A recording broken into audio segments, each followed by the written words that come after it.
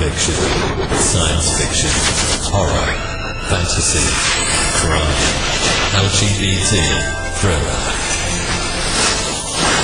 You have now entered the House of Mystery with your hosts, Eric Shapiro, David North Martino, John Copenhaver,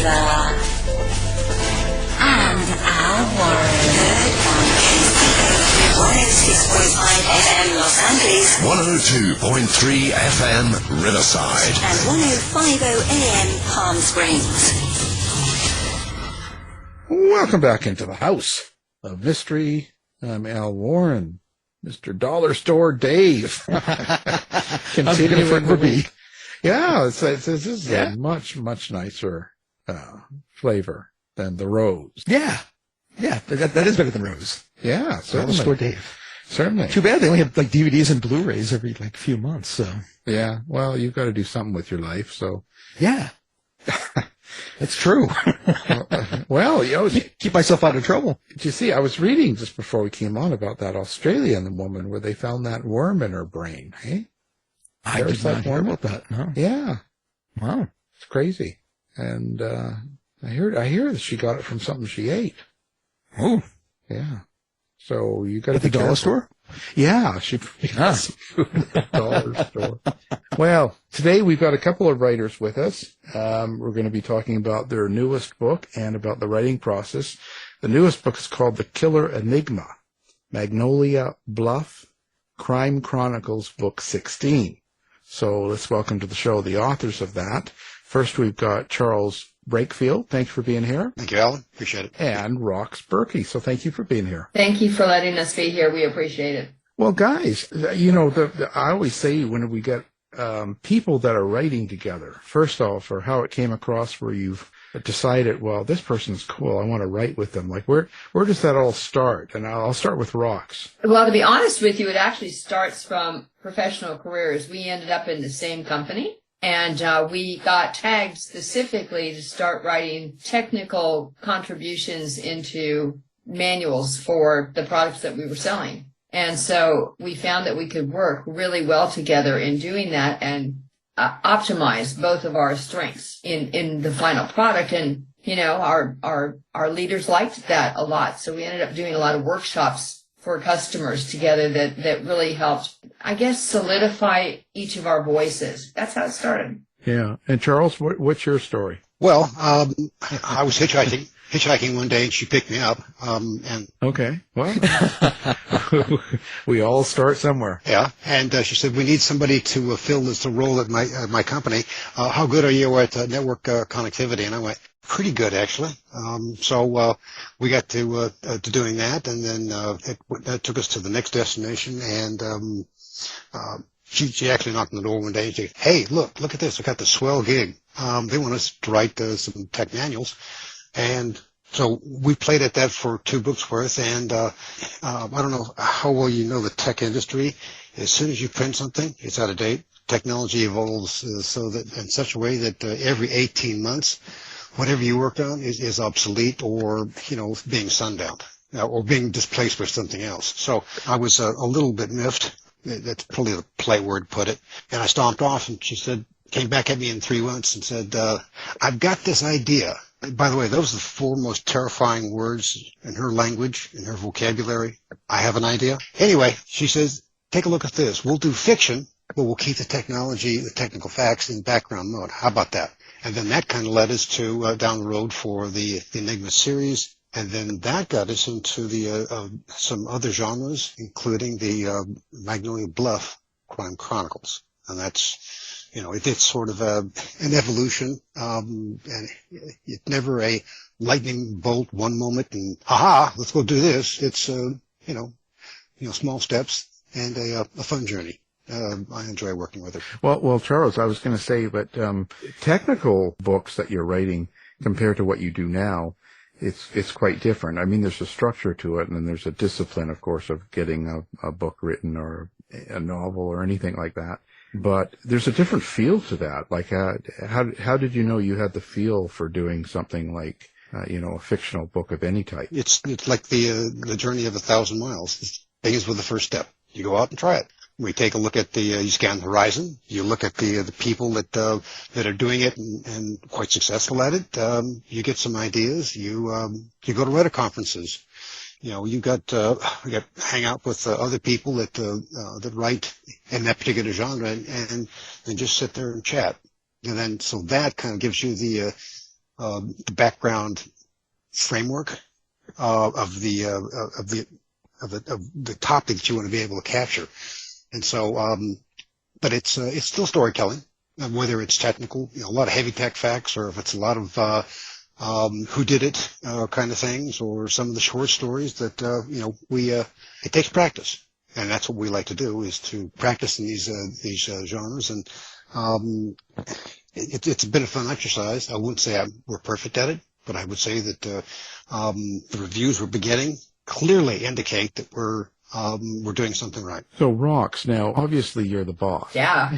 Oh yeah. Yeah. So how does it come to you? Is it the story first? Is it the character? Is it the setting? So when you initiate a story or an idea, how does it begin? I think for us it begins usually with some level of a technical threat, even in our cozy mysteries for like the killer Enigma. There is some kind of a technical thread that goes through it, because that's where we have our our best experience, I guess it would be. So, we take an idea of what we want the threat to go to and who it might hurt and how that might happen, and then weave around the story of, okay, can we get there this way or that way? And then the characters that will help make that story form the best. So we kind of have a mixed way that we work on stories. So we have discussions about the problem, and then we have discussions about what kind of story, as far as whether it's going to be a thriller or whether it's going to be a mystery. And then when we talk about the characters, so we weave, I don't know, in the one we're working on for right now, it's specifically how many threads are the story going to have? How long is, how are they going to lead to one another? And what will it solve or not solve? And if it doesn't solve something, well, then we throw it away and start over again. But everything is tracked. I know it's going to sound really strange, but we track it all in a spreadsheet. Yeah. Just so that, it's easy to follow. When you develop a character, so you've kind of got an idea of some technical idea of a threat, as you said, and then you start to develop characters to, let's say, deal with this threat in whatever way. So it's a general thought. So when you're developing these characters, have you ever had a character that you've liked and maybe Charles didn't like, or maybe he liked and you didn't like? Like how do you guys work out which characters are going to go forward? That's a really great question. The characters that go forward are the ones that have some redeeming quality to them. Even if they're bad guys, are they worth having again because they were so deliciously bad that everybody likes them? Are they worth bringing forward because they're nice people? They seem to do a nice thing. So in the Magnolia Bluff Crime Chronicles, for us, the two main characters are good guy kind of characters. And they do have different attributes that they bring forward. So have we ever had one that really didn't like? Yes, we actually have. And I think we played rock, paper, scissors 3 times to get rid of that character. Is that right, Charles? Is that how we did that one? Yeah, you might as well know that whenever we have agreement to disagree, it always comes down to the challenge of rock, paper, scissors, and whoever wins the most times, their will is what we go with. In full disclosure, I have never won rock, paper, scissors against Roxanne. It's rigged. I don't know how she's doing it, but there it is. I want to go on record as having groused about never being able to invest her at rock, paper, scissors. We do have some kind of lively discussions for things that we do or do not want in a story. And I think overall it equals out. There are points that may come up because we trade chapters back and forth, but we also have, you have things that happen when you're a writer sometimes. Either the characters talk to you, which happens to us, or you dream about something. I know that Charles has created chapters in the middle of where our thought has been. It's a really good chapter, but it keeps moving down toward the end of the book because we haven't gotten there yet. So, we're pretty flexible, actually. Well, you say you can hear your characters, and I was just wondering, since you both are writing, and you're both passing these chapters back and forth, how do you kind of sync up the character voices for each with both of you doing these same characters? Well, and we're leveraging our patent pending technique of literary ping pong. It's batting the chapters back and forth until they get a nice shine to them, highly polished, so that you can't tell who wrote it. Even our editor will march in and say, "Who wrote this?" And I go, "Yeah." There's that. That's just a professional thing that we do for our book, so that it's not a distraction for the reader. The reader has got to be able to say, "It sounded like one voice writing it," and that's the overall challenge. That means that the story threads have got to be polished to sound like one. The characters, we have to have agreement that this is the way the character will go for these particular reasons. We have other attack vectors or other junctures that we want to take them through. So here's all the stuff that we need to make sure we're in agreement and that the story flows. It doesn't have any abruptness to it, other than I wasn't expecting that. Those are most gratifying from the reviewers. I think the other thing, to your point, David, and how we do that is we have an advantage because we write as co-authors, and so Charles can look at something that I've written and say, "There's no guy on the planet that would ever say this the way you just said that dialogue. It's just not going to happen." And conversely, I will do exactly the same thing. And so I think that helps us. Just a small little add on there. You guys you're not a couple and you don't live in the same household, so you're not living together and all that stuff. So what's your process as writing as co-authors like that? Does one person write something and then send it to the other, and then the other person writes on top of it? Or do you guys each write separate characters and then put them together? Let's start with Rox. So it's a good question. So we do write separate chapters initially. When we kind of scope out where we want the story to go and the threads that we want to include, we probably scope at a really high level, at 10, maybe 12 chapters of who's going to be in this chapter and what's the point of this particular chapter. And we actually, say, okay, I'm going to take chapters 1, 5, 7, 8, 9, and you can have the rest of them, or however that breaks up. And we assign them, and we do the first pass on the ones we signed up for.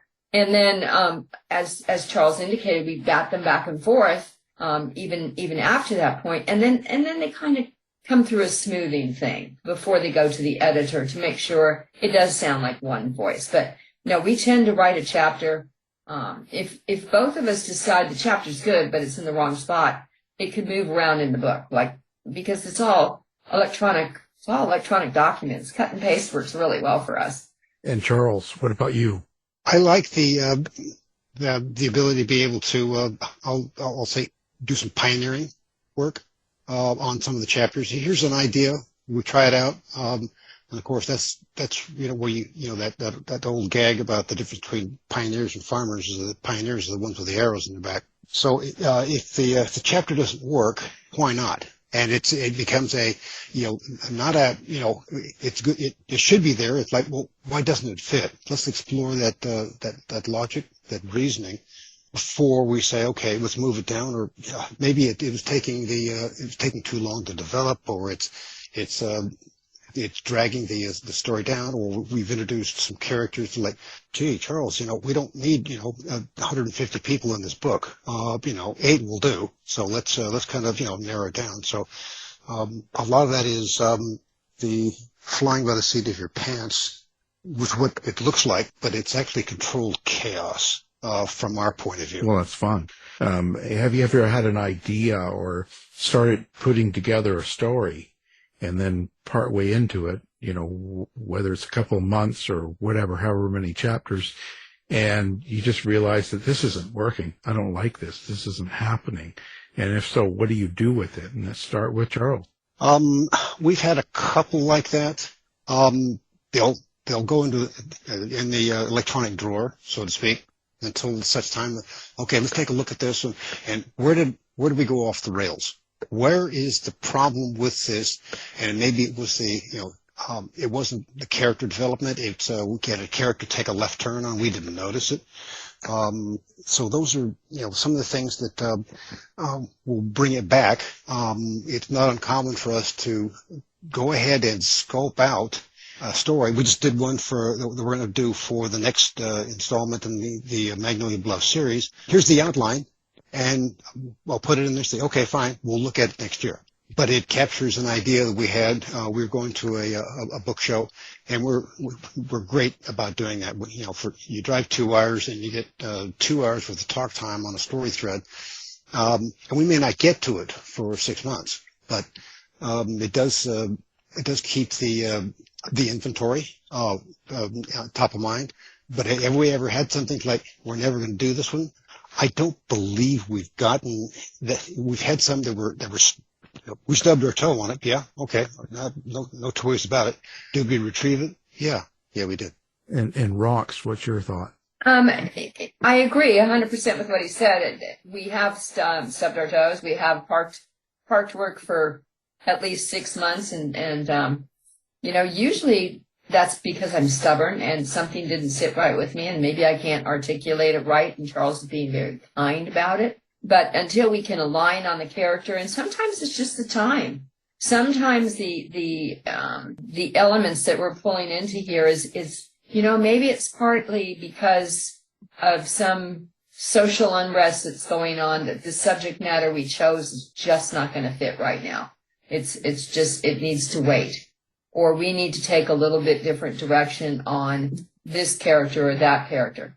I mean, I have one that we actually put into a short story that I have these grandiose dreams of bringing into a novel. But, it's been sitting now for about 9 months, and we've got other projects going on, so it can sit for a while longer as long as I have it backed up. So you have to be kind of conscious of what's going on in the world or around and think about whether or not you want to include it in your stories. Sometimes that's really the case. When you have heroes and villains, they can't be typecast this year the same way as they were typecast, let's say, 10 years ago, because the dynamics have changed, people's opinions have changed, and tolerance, I think, has shifted a couple of times. And though we like to say we'd always like to write everything just the way we want it to be, we also like to have readers that are happy with our storytelling, get thrilled when they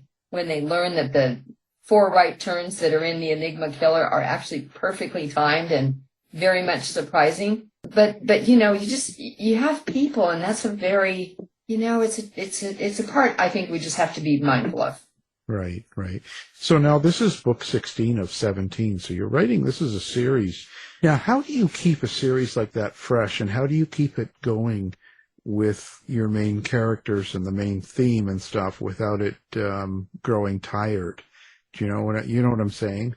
I do, but Magnolia Bluff is a very unique series, and we probably should have shared that with you a little bit. So a couple of years ago, we got involved with about 9 other authors, maybe 10, that decided we wanted to write a cozy mystery series. We wanted to have a chance to contribute to that series. And so in the Magnolia Bluff Crime Chronicles, which is now in season 2, each author, and we're counted as one author in that routine, each author writes about something that happens in Magnolia Bluff. Now, Magnolia Bluff is this wonderful, quaint, ideal town in the hill countries of Texas, where the hills are rolling, the wine is flowing, and, you have small town activities, and everybody knows everybody's business. And in this particular series, the very best marketplace that we have, the people that are making the most money in this area, is the coroner and the grave diggers, because everybody's dying to get in here. So we actually have only written 2 of the books for the Magnolia Bluff Crime Chronicles. So Charles, I know you want to add into here because you're just, I can tell. And so that's so the branding and the Magnolia Bluff theme, even some of the characters, we swap them around. We have the look and feel of all the other books from the cover side and the interior, but the characters are shared. And the rule is don't whack somebody's prime character, because that's naughty. And some of the themes, some of the peculiarities, the character flaws, shall we say, or the personality disorders in some of the characters that we borrow or we lend to somebody else. The characters and the stories are from a certain point of view from that author, but a lot of shared attributes. Where the coffee shops are, the donut places, the bed and breakfast that we have in there. We all agree on certain things that we contribute to the series, and then other people leverage them, borrow them, and what we do is we'll send some of the here's a snippet of this character description, some of their attributes and their attitudes to another author that they're going to use in their book. And so it's very much a federation of authors with here's a single place that we can focus on, but with different characters, different story threads, and different story lines, so that each one is a standalone book. They don't have any dependencies as you don't have to read them in order. You read them out of order. Unless, of course, somebody whacks a character of theirs before you get to them. So that may be a bit of a problem. But that's what's going on. So that's why we're not necessarily tied to the Magnolia Bluff theme. And are we going to get stale? No, because we're not writing all the books. We're working with a lot of people who they write in a lot of different genres, and we all collaborate in this one. Well, how difficult is it to write and keep track of a shared universe like this? It's really hard, and we often have to have little exchanges between one another to say, okay, I know this character was mentioned in book number whatever. Where are they at right now? And that author will usually chime in and say something about what that character's doing, or they'll say, nope, you can't use that character because they died here and you forgot they died. So we kind of have a shared folder that we use, but we also have one person who just seems to be a mutant when it comes to keeping track of everything and all the characters, which has been that's been really, really helpful. The other thing that's interesting about it, have you gentlemen been in a small town or been around a small town for any period of time? Oh, yeah. Of course, right? So we probably all have at some point in time. And you may talk to, Joe Jones, who runs the hardware store, and have one impression of him, David. And yet Alan may talk to that same person and get a totally different impression. So that's one of the attributes that has also come into this series, because each author has a little bit point of view. It's like pointing to a neighbor and saying, oh, I think they're really nice. And the other person says, well, I think they're not. But that happens. That's what happens in real life. So it makes it really fun. But the one, to your point, Dave, is it challenging? You get 12 overachieving authors together on a conference call to talk about what the series is doing and who's doing what and to whom and how many times.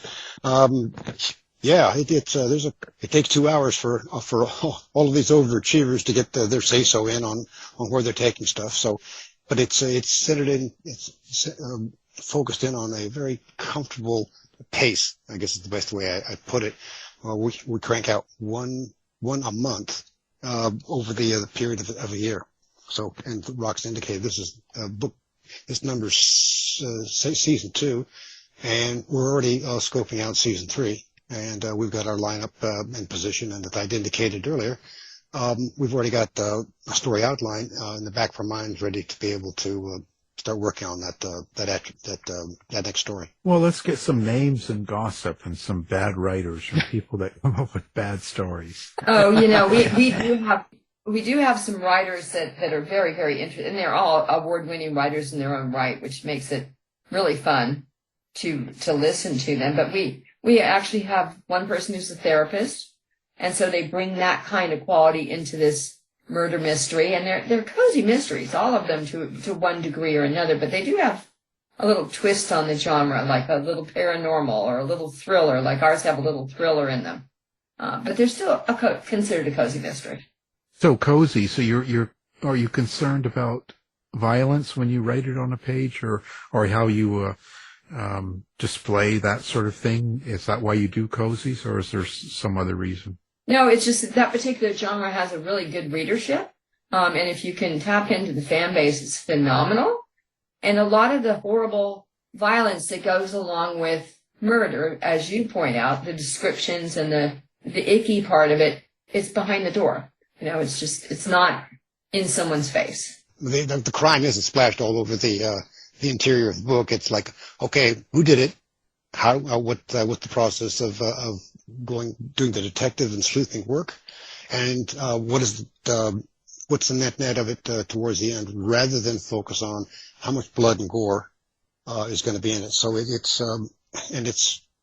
most of these folks are cozy mystery writers. So it was kind of a nice privilege for them to invite us in, and have them comment positively that they like our contribution. So most gratifying. Yeah, and myself, I write true crime, and in a lot of the books, I don't have a lot of the descriptions. I don't get into detail of a lot of the different murders or things that happened.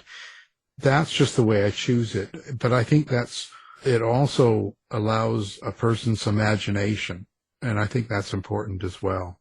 Could not agree more. Agreed. So now, in this book, so when you're putting it together, do you guys ever think about a theme or subtext or some sort of point that you want to get across to the readers or something by the end of the book, or is it purely entertainment? In these books, in this series for us, I consider it purely entertainment.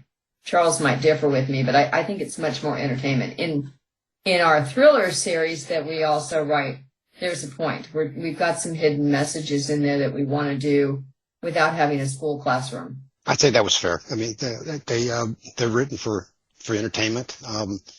We just got finished with a blog tour where we pulled out a couple of segments and let people kind of try before they buy it some of the entertaining value of the book. The one in The Killer Enigma, the 911 call. I got so many people I love that sequence. That was so. To use an unusual word, very tasty and funny. So I'd have to agree. Yeah, it's written for the entertainment value, and how would you solve this particular crime? What's behind it? That's the entertainment value. So let me guess, who writes the bad person, the evil person in the book, the one that's doing the wrong thing, so to speak? And I would bet it would be Rox. Oh, wow. I honestly have to say we both do. It depends on the character. One of the worst characters that we've created, and it's not in this particular series, but one of the worst one, we had more comments about how much people disliked this character. This character is it's a loathsome, I can't even say the word. It's just a yucky character. It's a bad character. It's evil. Why do you keep having her in here? She's just awful, awful, awful. And then she did something that was, I don't know, a bit redeeming. And they're like, oh, no, we just love this character. All those trials she went through.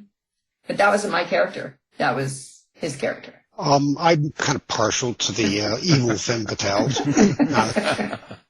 And whenever I get a chance, I'll if we have a female podcaster or interviewer, after we talk with them long enough, I'll I'll usually ask them for a resume for the next the evil character they've got, and I do insist on references. So, gentlemen, we have a couple of evil males coming up, and you look like you could have some potential. So I'd like to have resumes on you, and don't forget the written confirmations from people to say, yeah, this is an evil guy. The problem is they're all dead, so that might not come easy. The references, they can't write when they're dead in general, but you can. And everything's been expunged. Yeah. Yeah. It's all buried. It's down under. Yeah. And that's a good word, Barry. But how do you get into the mindset of the person and follow through when they're doing bad things, if they're killing people or they're doing something that's really awful, for instance? And even in your thriller books, like when you're doing that, how do you kind of get into that character? Well, we've not to put too fine a point on it, we've been at several companies, worked in the technical environment for more decades than I'd like to be able to admit. And the people that we meet, you get snippets of their dark side. A lot of it is just like, wow, I need to keep that piece of information available because I'm going to be able to use this when I build the next bad guy. So a lot of it is field research, if you will. And I, from my side, I'm an avid reader. I mean, I read lots of stuff. Some good, some I wish I'd never read. And so those experiences, along with just meeting people, comes into characters at different times. And so most of the evil characters are composites. And it does take time to show their evil character attributes sometimes. How about some names? You want the real names or you want the fictitious? Yeah, give us the real names, and then we'll call them and get them on. Well, the ones that I know are still incarcerated, gentlemen. Well, there you go. They can take a phone call. I visit criminals all the time, so. Yeah, in your stories, you do a lot of research. Yeah, it kind of goes crazy sometimes, and it can take a while because you can't always get into a prison right away. You have to go through a certain process depending on where you're going, and then they have rules. And then even if you get approved, you have to speak to the killer's liaison or person that represents them and arrange the time. And yeah, it's quite a process to go through sometimes. That's why I always have a couple going at the same time, personally. Well, that's like an awful lot of work. I think I'll just make it up, make up the stuff as I go. Yeah, that's easier. Yeah, and there's certainly plenty out there to pick from, ideas. It's an endless drive through of killing. Here we go. So now the book, The Killer Enigma. Tell us the basic premise of this book so people kind of get an idea of what they're getting when they pick up the book. So it's awesome. So The Killer Enigma, we actually bring back our two heroes to Magnolia Bluff. The two heroes are JJ, who's a technology geek, and Joe, his wife now, who happens to be a actually stunning model for a Brazilian dress fashion manufacturer. But she's being just badgered by the paparazzi anytime she's in Brazil, anytime she travels. They have to have a whole, squadron of bodyguards to make sure that she's not bothered. And they try to he tries to take her out for a romantic dinner to kind of lead up to their first year's anniversary. And they are swarmed at dinner by the paparazzi. And he thought everything was perfect. He thought it was going to be a quiet, little wonderful thing. And it was just a debacle. And so she wants to go back to Magnolia Bluff because nobody in the small town bothered her. Nobody in the small town made her feel like she was anything but a human being who just wants to have a good time and be with the love of her life.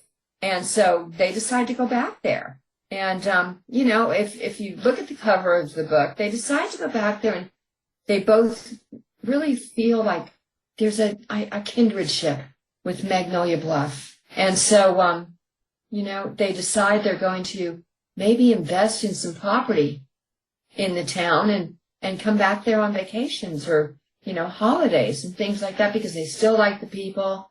They like what's going on. And they pick a property that, wow, who would have thought? Has a history, and the story continues to unfold until the history is exposed. They're trying to build that dream vacation, and all it turns into is a nightmare. And it's one ghastly finding after another. And of course, the police come in and say, "JJ, what is it about you? I mean, every time you come to town, all you do is discover trouble. What is it like in your day job?" So we have those moments with them trying to navigate a new place to be able to call home, where they're hidden from the people that are hounding them, and they get to hang out with people who don't know where they're from or how famous they are. And of course, he can't be famous because his job is in the technical thriller world of undercover work and ferreting out the bad guys, so he can't be a known figure. So that's why they want to be able to do this. And Magnolia Bluff, the location, the setting, it's obviously very important. So where do you draw that from? Like, where is it based on a certain town or a combination? And maybe give us the setting basics. So, Alan, have you ever been to Texas? Just Dallas. Just Dallas. Okay, so you've been to the big city. Yeah. In Texas, but Texas is made up primarily of a lot of very small towns. I mean, there's actually a town in Texas that's called Cut and Shoot, just to give you an example. Okay, it has 2 stop signs. But the Texas Hill Country is outside of Austin, which is the capital of Texas, and it truly is nestled in some rolling hills. Now, I know that you're going to find this amusing, but the general level of Dallas is 100 feet above sea level. So hills might be a little different. It's a perspective kind of thing that you have to think about. But the hill country is gaining in popularity for wine and everything else. But there are small towns. You can drive windy roads for, 40 miles between towns and pop into this little town. They have they might have a courthouse. They might have a post office, which makes them big time. And they might have a stoplight or two, which is another big signal of, a big town. But they're quiet, but they're also, they were founded by people. They know everybody. People don't move from the small towns in Texas very often. They kind of stick around there for generations. So it's pulled from the hill country because it's a beautiful place to go.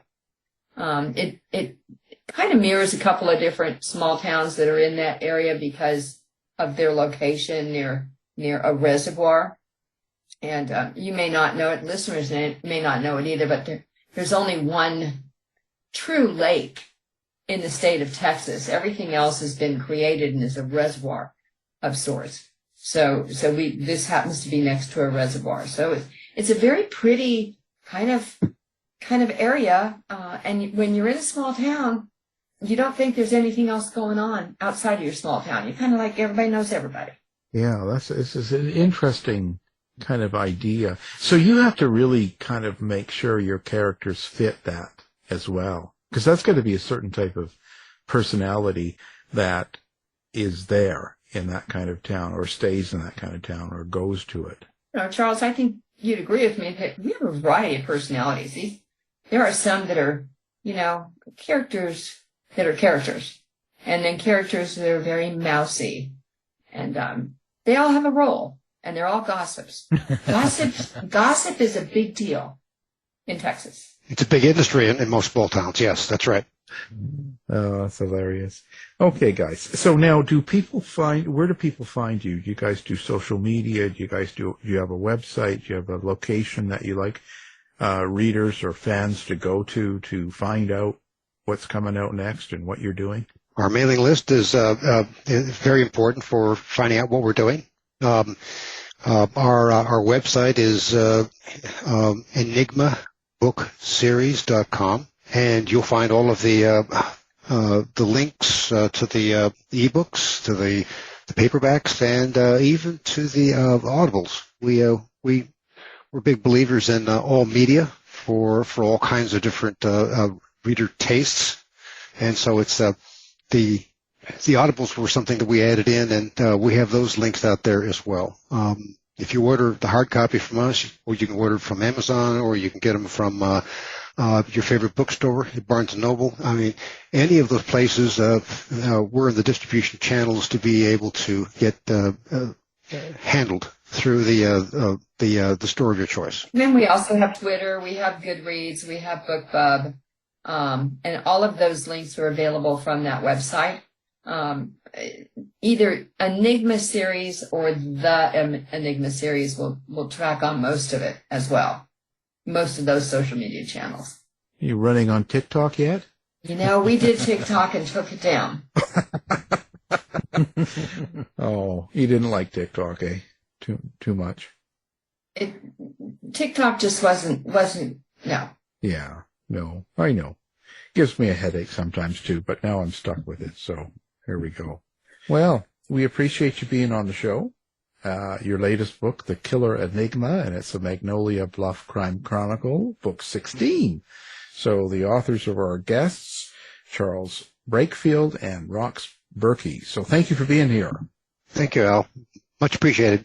And Dave, thanks for the spirited discussion, gentlemen. Thank you, guys. Have a great day. You've been listening to the House of Mystery radio show. To find out more about our guests, hosts, or shows, go to www.houseofmystery.com. Show is over for now. Was it as good for you as it was for me? Well, good night. This has been a production of Something Weird Media. I'll be back.